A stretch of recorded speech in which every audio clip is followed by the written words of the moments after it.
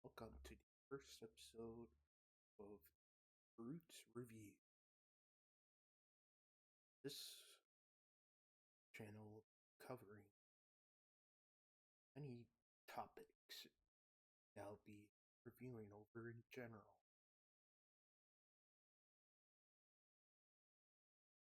From wrestling, history, anything in today's world stuff.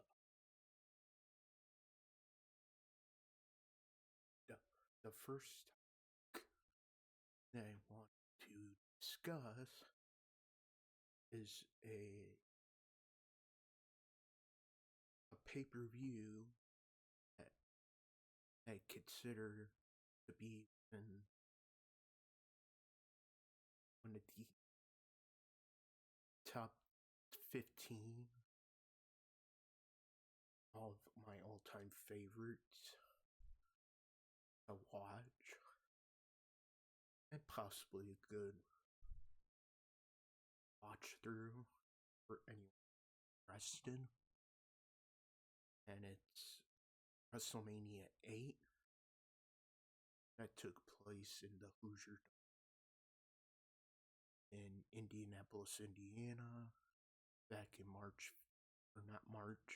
April 5th, 1992.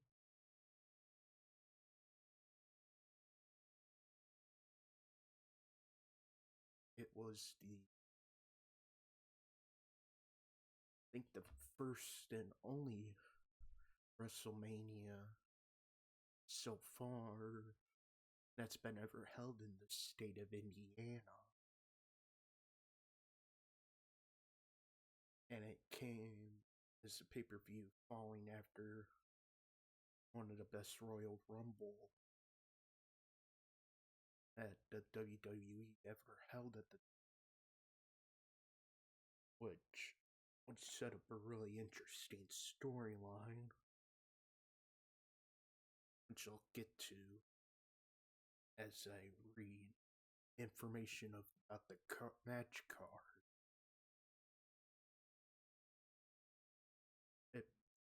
The event started off with Reba McEntire singing the national anthem, and the event was commentated. The two great commentators at the time, Bobby the Brain Heenan and throughout the event, you'll see Bobby Heenan massively promoting one of the main events that will featured on that night, which was the WWF title match between Randy Savage and Flair.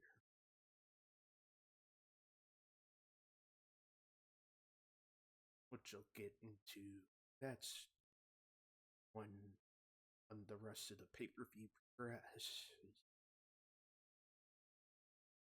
But for the first opening match, it was Shawn Michaels, who earlier in the year began his singles run by breaking away from the Rockers and faced off against Tito Santana, opening bout. But fun fact about that, this was the third straight WrestleMania that Shawn Michaels was the opening act for WrestleMania.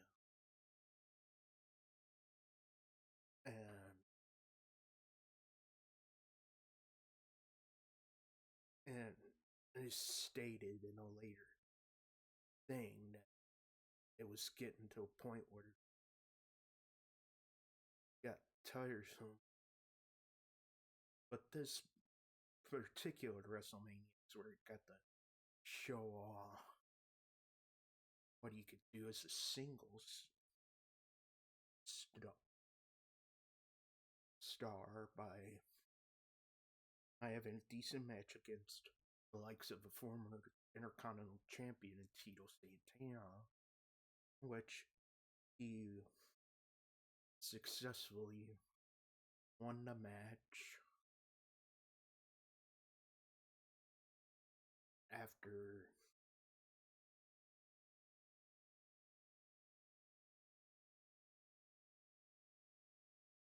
a reverse body slam gone wrong into a body press. That was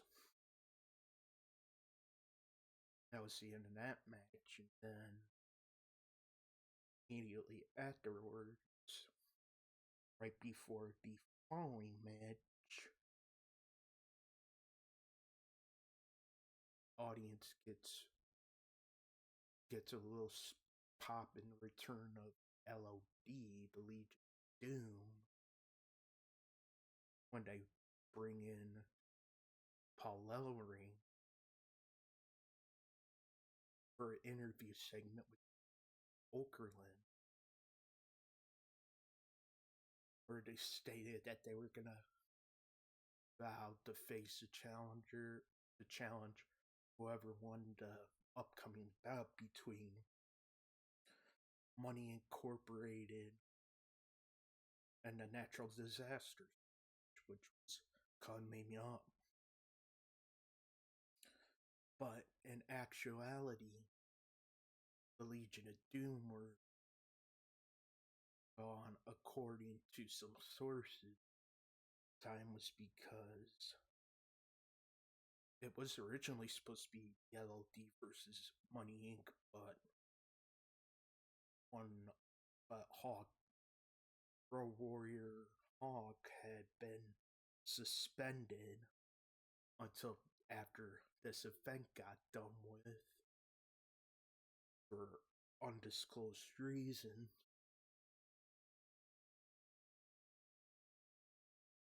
And before I go on, all credit sources from where I'm getting some of this information goes out to all the credit cited sources, which were posted on Wikipedia, the cited sites and stuff that were put on the article for it, so it could give them credit and thanks. So just want to add that in there now.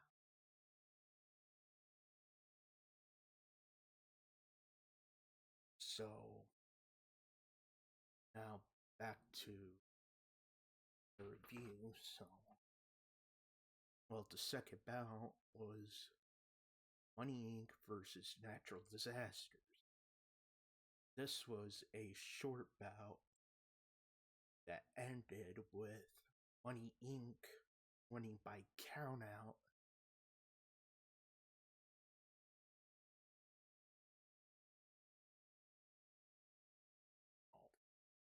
And the next bout is really significant for anyone that's a big fan of Undertaker WrestleMania streak history lore, because this was Undertaker's second WrestleMania, and the second victim of the streak being Jake the Snake Roberts. And I know the storyline behind that is that back in SummerSlam of the previous year, after that, Undertaker had conspired with Jake Roberts to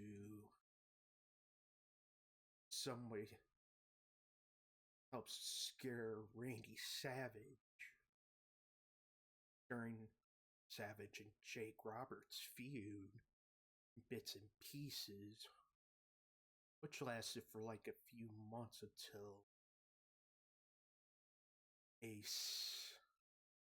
one of the one of the A or B show tapes about early 92 when The Undertaker saved Randy Savage from a surprise attack by Jake Roberts after Roberts and Savage had a match backstage. And so that shot their angle to what would come of the match at this event. And this match really didn't disappoint, despite that this would be Jake Roberts' last match, one of his last matches in the company for like 4 years because of because backstage differences and all that. So Undertaker ended up winning the match with the classic Tombstone pile driver after of back and forth stuff against Jake and countering, getting back up from 2 or 3 DT.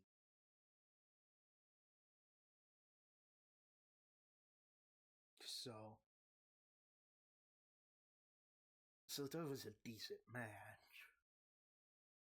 The next match that's on the card is actually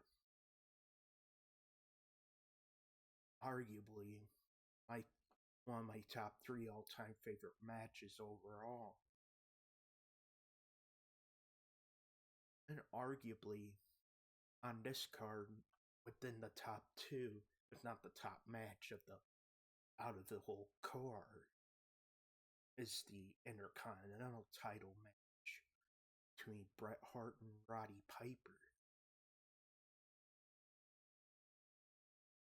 And there's a very interesting backstory behind it,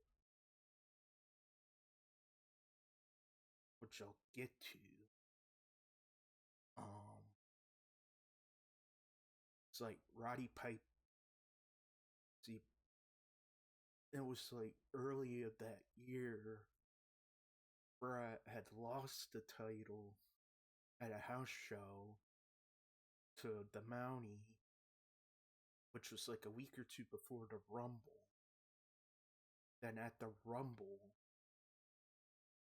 Roddy Piper beat the Mountie for that Intercontinental title belt, which was like, for WWF fans, that was like a little bit unusual because Roddy Piper never won a WWF title or any belt within that company until that point in his career. So after that came along, then they built a very interesting storyline with him and Bret, because there was thing with the family relation thing with Piper and Bret that they wanted to use in the storyline. And that's what was mostly used, and all that out of mutual respect. And it was mostly talked about on both sides years later, shoot interview, when discussing the match itself. But, however, that's not one of the things that made that's one of the key things that made that match special. But there was a little bit of a surprise, little nugget about the match that nobody even knew about till years later.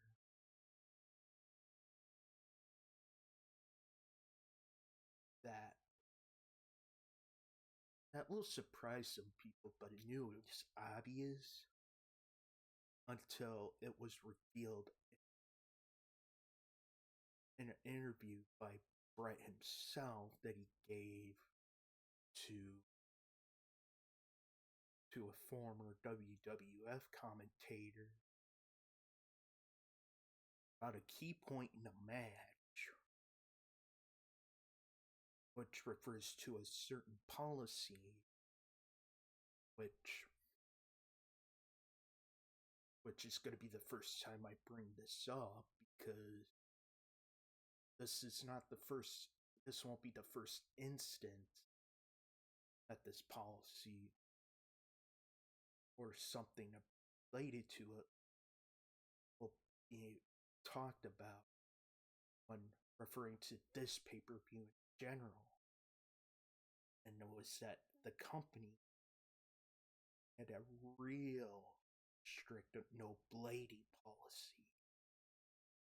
Like, no blood on its competitor.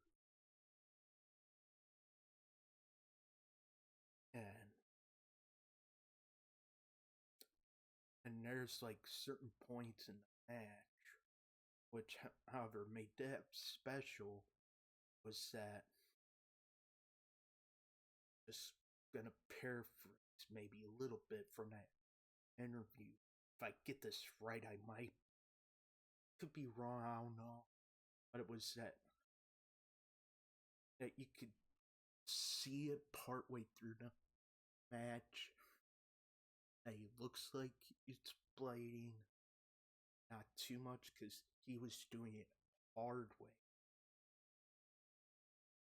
Not the so obvious way to saying to a fan, oh my gosh, look at him. He's gonna do it.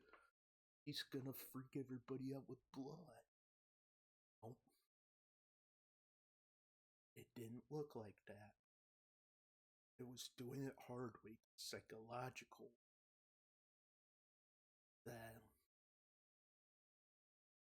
Then when it came time for that stuff to come out in the match, the commentator sold it just like that.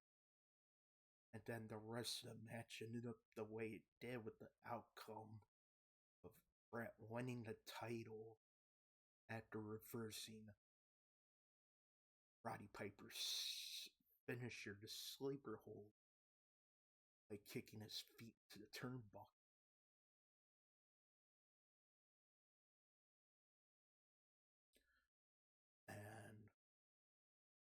And then the little side story after that was that,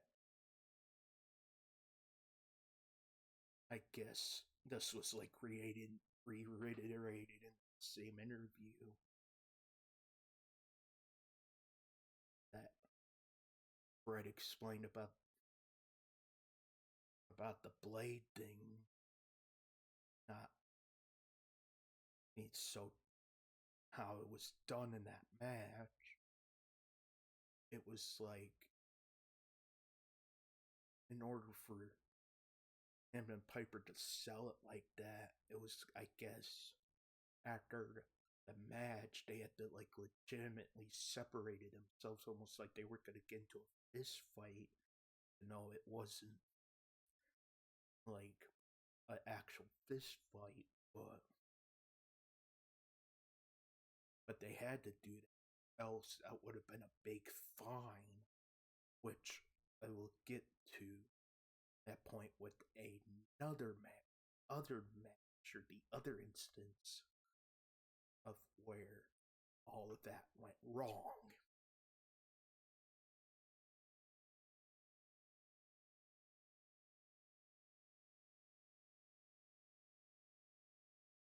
Then, after that classic of a match, we get a little segment about the World Bodybuilding Federation with Lex Luger, explaining how the promoting about that organization, and this was like right after Lex Luger got released from WCW about 2, 3 months prior.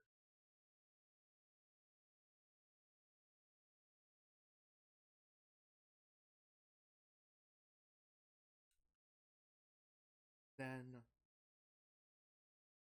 the next match was a eight was a mix up match, like another popcornish match before the big draw match. The reason why WrestleMania 8 happened the way it did is an 8-man tag match. On one side, there was the Big Boss Man, Hacksaw Jim Duggan, Sergeant Slaughter, and Virgil versus the Mountie Nasty Boys and the Repo Man, with the announcer for that match being the host of Family Feud at that time, the late Ray Comb.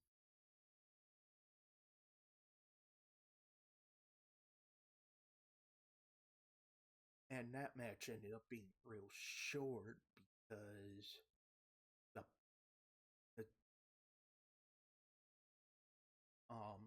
the Virgil's team won after the Mountie's team had a miscommunication because the Nasty Boys didn't pay attention to their cue, and where Sags not punched out his tag team partner, which caused the victory to happen. So I kind of say that's a little flop of the match. But now, that,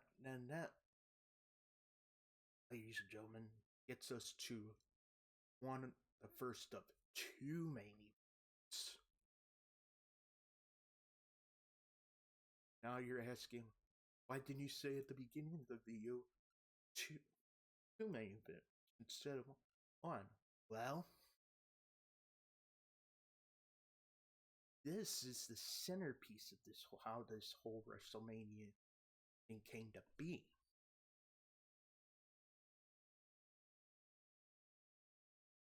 The two main events thing came around because the last four competitors that were in the ring of that Rumble, Randy Savage, Ric Flair, Sid Justice, had to say it by his ring persona at the time, or many of you know him as Sid Vicious or Psycho Sid or whatever, but for this sake at the time frame, Sid Justice and Hulk Hogan. Well, the ending of the Royal Rumble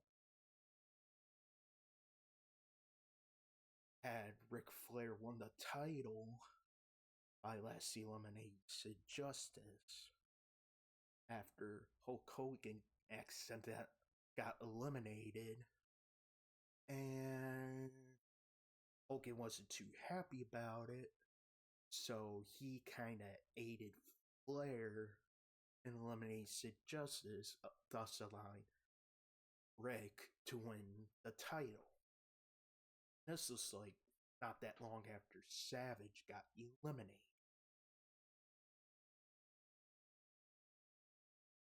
And all of this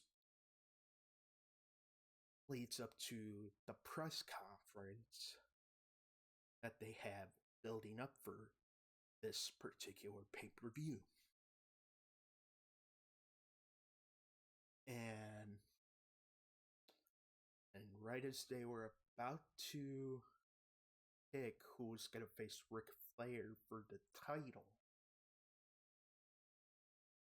right as they were about to say Hogan's name, Sid Justice wasn't too pleased about it, and in subsequent weeks, that's when Sid Justice had a heel persona on him, and that's when they shot that angle for Sid Justice and Hogan, which is the last match of the card, which I'll talk about that in a moment. Then which left Randy Savage and Ric Flair, with Randy Savage on the hunt for his second world title reign, and Ric Flair defending it. And the storyline for that, if it was in today's standards, was a little risque because they used photos of Flair, using Flair, photos with Flair hanging around with Miss Elizabeth, Randy Savage's valet and real life wife, make it look like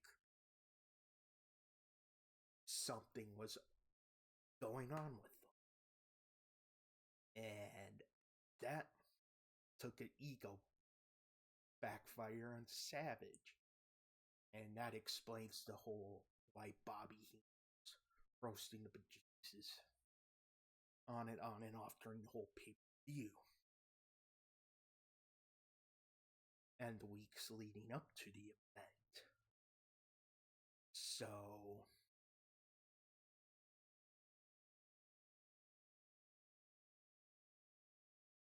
just gives something to have a purpose for Savage to fight for, which is not only to fight for his honor, but for his wife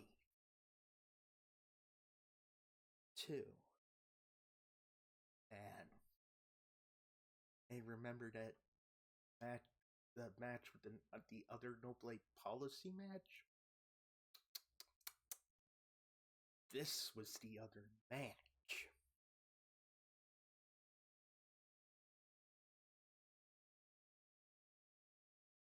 Even though it's the other match I consider top two, and how ironic it's both the matches that had the blade jobs in it.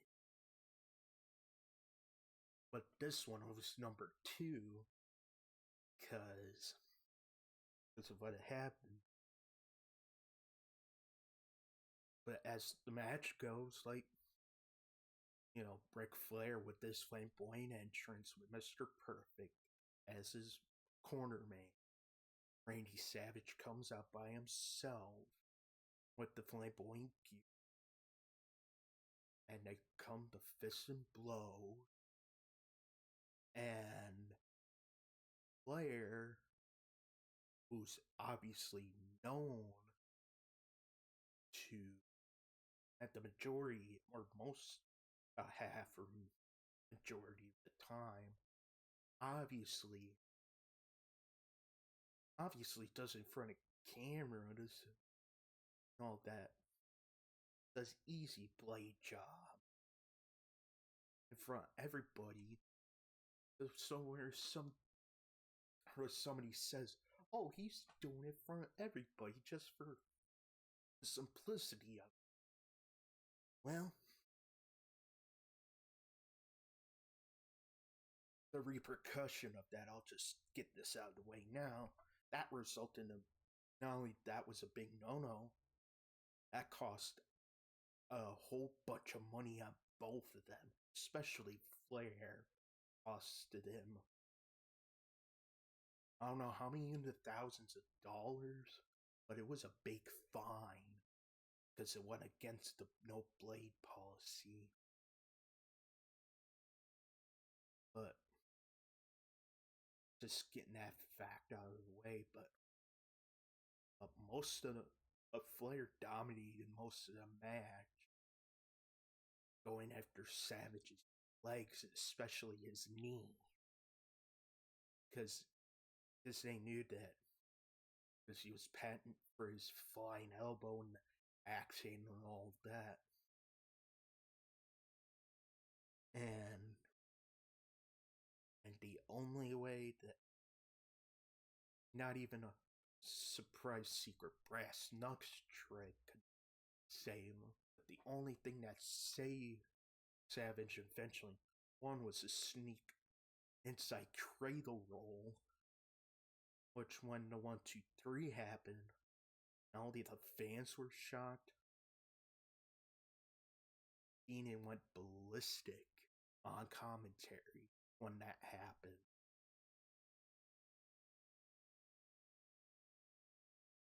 Because that wasn't supposed to happen, but it did. But after the match itself, the little post-match shenaniganry,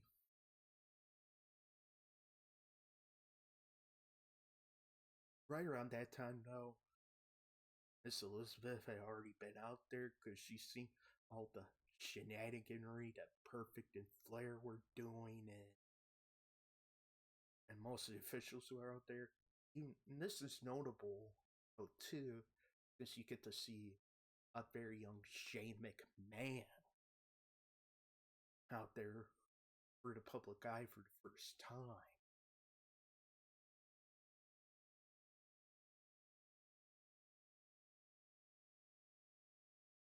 And one of the things that Flair did after the match, despite that he lost, was that he did something that Savage did not like, and he did right in front of him, was that he kissed Elizabeth. And when Savage saw that, he went nuts and almost wanted to go for Flair's head for it. Luckily, the officials got to him before more pandemonium went off. Then they let the celebration continue.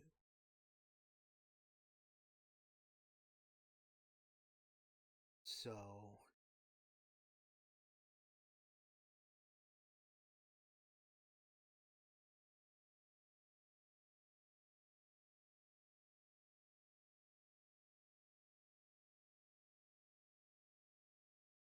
then the next 3 bouts were short, but the 8th bout was that tag team match I was referring to earlier about the Legion of Doom referring to the count out thing.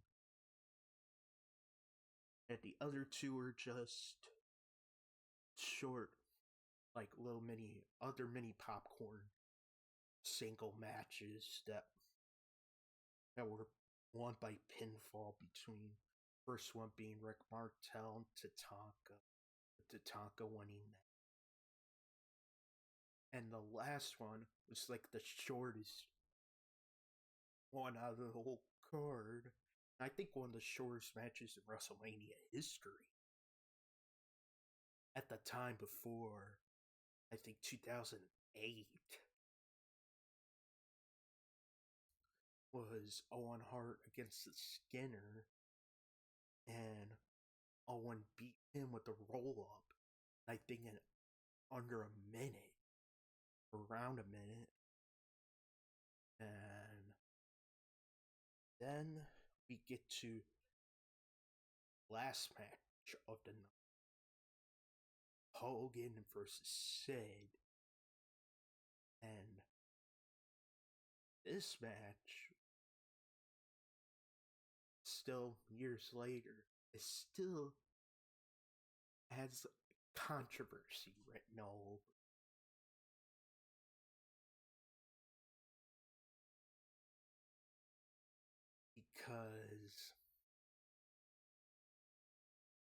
Because of a couple reasons.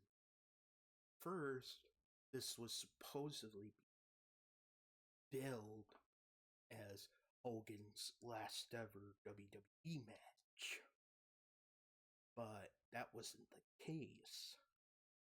This was write him off for a while. Because this was during the infamous the infamous scandal with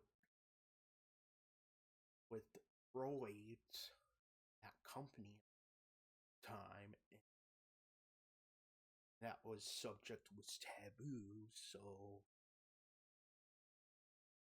that was when that was starting to pick up steam. Oh, and two, I'll get to the second one in a second, but the match, I think, I would say, is honestly one of the worst closers I ever seen out of a paper. Even even I would replace this over Hogan Warrior 2 any day of the week. That's how bad it is. Because for some weird reason, those two cannot, for some weird reason, even though they're great wrestlers in their own perspective, just whenever they got into the ring, couldn't gel. Then the, the second reason, which was the main why this match is controversial, was the build up to the ending of the match itself. Was the cue for Papa Shango to come in and help Sid beat up Hogan.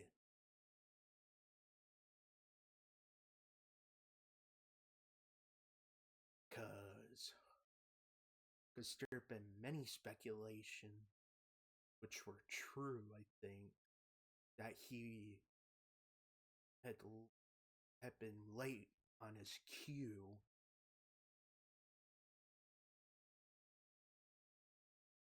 which caused a major hiccup in the match itself.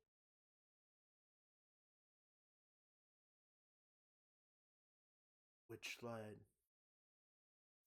led to a kick out of one of the competitors' finisher, which totally not only went off script, but that just killed any meaning of the match itself.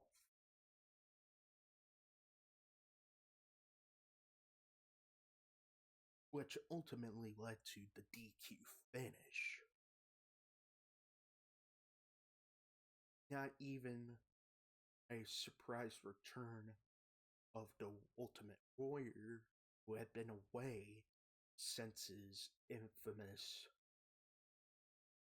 demand suspension from the previous SummerSlam, couldn't thwart or save that event. I mean, that match from going anywhere. So overall, that's why I give this event a C, because it had one good main event, while the other one was a piece of garbage.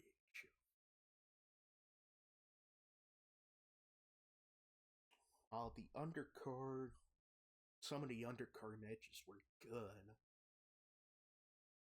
but mainly the Intercontinental title match I'm not saying that to be biased, but it's true.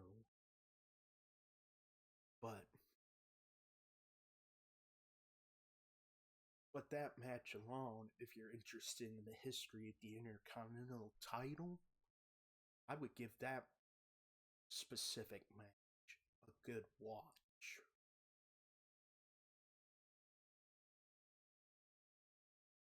And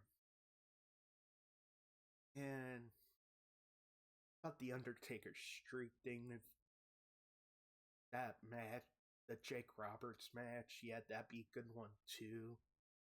Gonna watch every match in chronological order.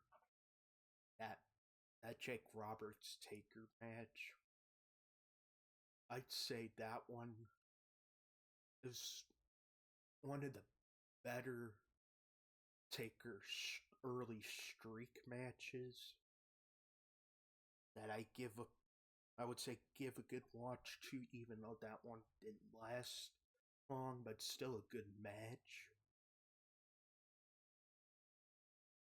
But other than that,